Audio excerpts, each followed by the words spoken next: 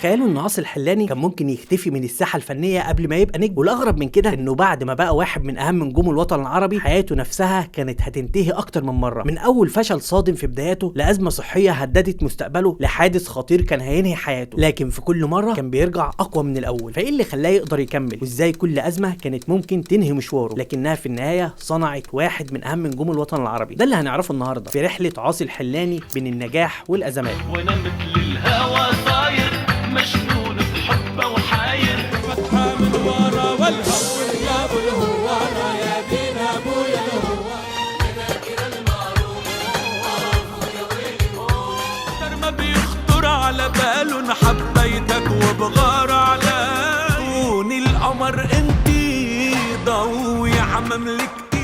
موهبة عاصي بانت من بدري قوي، من وهو لسه طفل صغير، والحقيقة ان كل اللي حواليه لاحظوا ان صوته فيه حاجة مختلفة ومميزة جدا، وده اللي خلى اهله يشجعوا الموهبة دي من البداية. مع الوقت ومع وصول عاصي لسن ال15 حبه للفن اتحول من مجرد موهبة لحلم عايز يحققه، وده بالظبط اللي خلى عاصي ياخد قرار جريء جدا على سنه، وهو انه ينتج اول اغنية سنجل في مشواره الفني. وفعلا بدأ عاصي يكتب كلمات الاغنية ويلحنها، لكن لما جه وقت التنفيذ واجهت عاصي مشكلة كبيرة ما كانش عامل حسابها، وهي ان تكاليف الانتاج كانت عالية جدا، وهو اصلا في الوقت ده كان بيمر بازمه ماديه كبيره في بيته. لكن عشان عاصي كان محظوظ بوجود عيلته اللي بتدعمه، فقررت والدته تساعده وتقف جنبه، وعرضت عليه يبيع سلسله ذهب بتاعتها عشان يعمل الاغنيه، وفعلا ده اللي حصل. باع عاصي السلسله وانتج اول اغنيه خاصه بيه واللي كان اسمها اهواك، لكن للاسف النتيجه كانت صدمه، لان الاغنيه لما نزلت السوق فشلت، او بمعنى اصح محدش سمع عنها خالص، كانها ما حصلتش. التجربه دي كانت صعبه جدا وكفيله تخلي اي حد مكان عاصي يقفل باب الفن تماما ويخاف يغامر فيه من تاني، لكن عاصي قرر انه مش هيستسلم، ومن بعدها بدأ يدور على فرصة حقيقية تقدر تفتح له أبواب النجومية وتخليه يحط رجله على أول طريق النجاح، وده اللي حصل فعلا. بعد فترة عاصي شاف إعلان لبرنامج استوديو الفن، البرنامج اللي خرج منه نجوم كبار زي ماجدة الرومي ووليد توفيق وغيرهم من النجوم. الإعلان ده خلى عاصي يحس إن دي ممكن تكون فرصته الحقيقية، فقرر يجرب حظه للمرة الثانية، وفعلا دخل عاصي البرنامج، لكن المختلف في المرة دي إنه كان محضر نفسه كويس واشتغل على صوته وأدائه قبل ما وده بان في النتيجة لما قدر يفوز بالميدالية الفضية. بعد نجاح عاصي في البرنامج بدأ سيمون الاسمر ينفذ وعوده اللي وعد عاصي بيها في البرنامج، وساعده انه يدخل المجال بشكل احترافي لما انتج ليه اول البوم ليه في مسيرته، واللي كان البوم محلانا سوا، اللي بالرغم انه كان البوم صغير وبسيط الا انه قدر يعرف الجمهور اللبناني على عاصي بشكل كبير، وخصوصا باغنيه الهواره.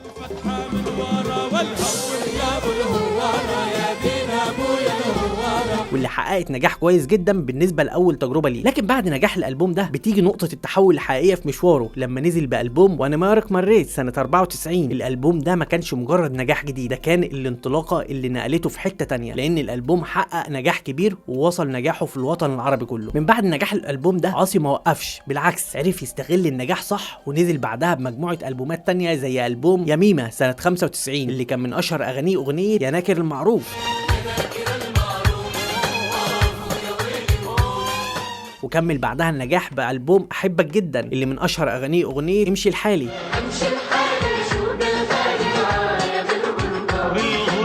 لكن المحطة المختلفة في مشواره كانت مع ألبوم شوق الصحاري اللي من أشهر أغانيه أغنية مثل الكدبة. وانا مثل الهوى طاير مجنون بحبه وحاير. الأغنية دي عاصي في البداية ما كانش عايز يغنيها، وده عشان الأغنية ستايلها مختلف جدا عن ستايل الأغاني اللي كان بيقدمها في الوقت ده. بعد الكلام الكتير بيني وبين زوجتي انه لا نزل الغنوة وانا مش عايز انزلها، يعني سجلتها وحطيت صوتي ومش عايز انزلها. بعدين عملت كان الالبوم بتذكر يمكن 10 اغاني حطيتها اخر غنوة. لكن اول ما الالبوم نزل اتفاجئ بنجاح الاغنية دي بالذات اكتر من اي اغنية تانية، واكتشف انه ممكن يجرب الوان موسيقية مختلفة، مش شرط يحبس نفسه في لون معين عشان يحب الجمهور. ومن ساعتها وبدأ عاصي يضيف اللمسة دي في البوماته اللي بعدها. يعني عندك في البوم كيد عزالك نزل عاصي باغنية بحبك وبغار اللي حققت نجاح جماهيري كبير جدا، وكمل بعدها في ألبوم دقات قلبي اللي نزل فيه بأغنية جن جنوني.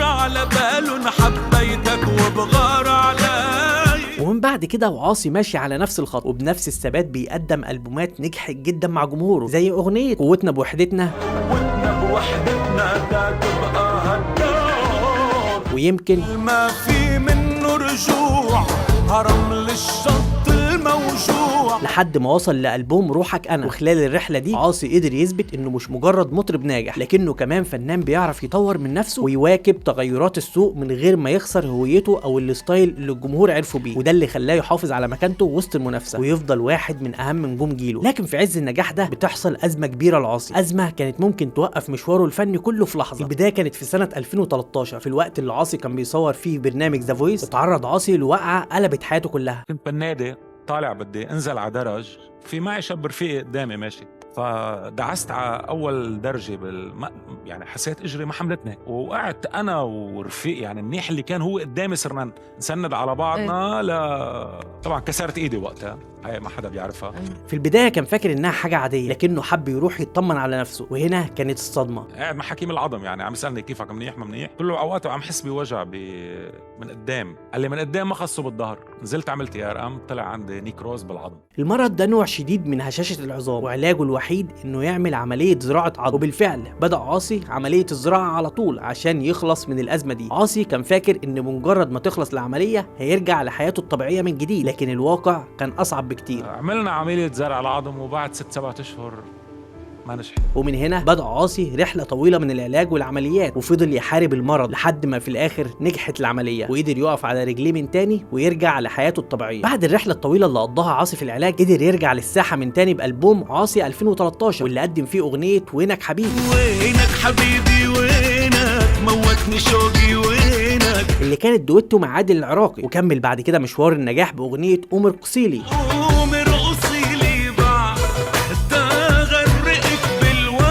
وبعدها ألبوم حبيب القلب، وكأن الأزمة اللي مر بيها ما أثرتش عليه نهائي. لكن في وسط رجوع عاصي للساحة من تاني بعد الأزمة دي فجأة بتحصل له أزمة تانية، بس المرة دي كانت أقوى وأخطر من اللي قبل كده، وللأسف كانت ممكن تنهي حياته هو شخصيا. الحقيقة إن كتير مننا ما يعرفوش إن عاصي بيحب ركوب الخيل جدا من زمان، وعشان كده أول ما أموره بدأت تتحسن كانت أول حاجة يعملها إنه يعمل مزرعته الخاصة ويبدأ يربي فيها خيول. وفي يوم وهو بيتمشى بالحصان بتاعه زي ما متعود، الحصان اختل توازنه ووقع، وعاصي وقع تحت الحصان. الحادثه دي سببت له في اصابات خطيره جدا. حادثه قد ما قويه، انا ضليت يومين ما واعي على شيء، ما فقد الذاكره، حتى الحادثه لهلا انا ماني ذاكرها. ولحسن الحظ ان ابنه كان معاه في اللحظه دي ولحق ينقله للمستشفى بسرعه. الفتره دي كانت صعبه جدا على عاصي بسبب الاصابات اللي اتعرض لها، لكنه قدر في وقت قصير جدا انه يتعافى منها ورجع يقف على رجليه من تاني، انه رجع يكمل مشواره بنفس القوه. فقدم لنا مجموعه اعمال مميزه بعد كده سواء سنجل او البومات. فشفنا البومات زي عاصي كل الفصول، والبوم طل الملك، ده غير الاغاني السنجل زي ضحكة حبيبي، ضحكة حبيبي بالدنيا، والحق علينا يا قلبي فكرنا حب لعبي، وقلبي شاطر، قلبي شاطر عارف شو بده، وكوني القمر، كوني القمر انتي ضوي على مملكتي، واخرهم كليب بلاد غيب. انت روحي. برغم النجاحات اللي حققها عاصي طول السنين دي، بس الحقيقه ان لو بصينا على رحله عاصي من اولها لاخرها هنكتشف ان مشواره ما كانش طريق مستقيم كله نجاح، بالعكس كان مليان محطات صعبه قوي على اي حد. اولهم مشكله الاغنيه اللي فشلت واللي كانت ممكن تقنع عاصي وقتها ان الفن مش طريقه، وبعدها بتيجي ازمته الصحيه اللي كان ممكن يخسر فيها رجله وما كانش هيقدر يقف قدام الجمهور من تاني، واخرهم وقعته من على الحصان. الحادث الخطير كان هينهي حياته كلها في لحظه، لكن رغم كل اللي حصل ده عاصي قدر يخرج من كل ازمه اقوى من الاول، وده يمكن يكون السر الحقيقي في استمراره لحد النهارده. فالحقيقه السر ما كانش في صوته ولا في الاغاني اللي نجحت، لكن كمان في انه كان بيعرف يبدا من جديد في كل مره الظروف تحاول توقفه. سؤال ليكم بقى، ايه رايكم في مشوار عاصي الحلاني؟ وايه اكتر اغنيه بتحبوا تسمعوها ليه؟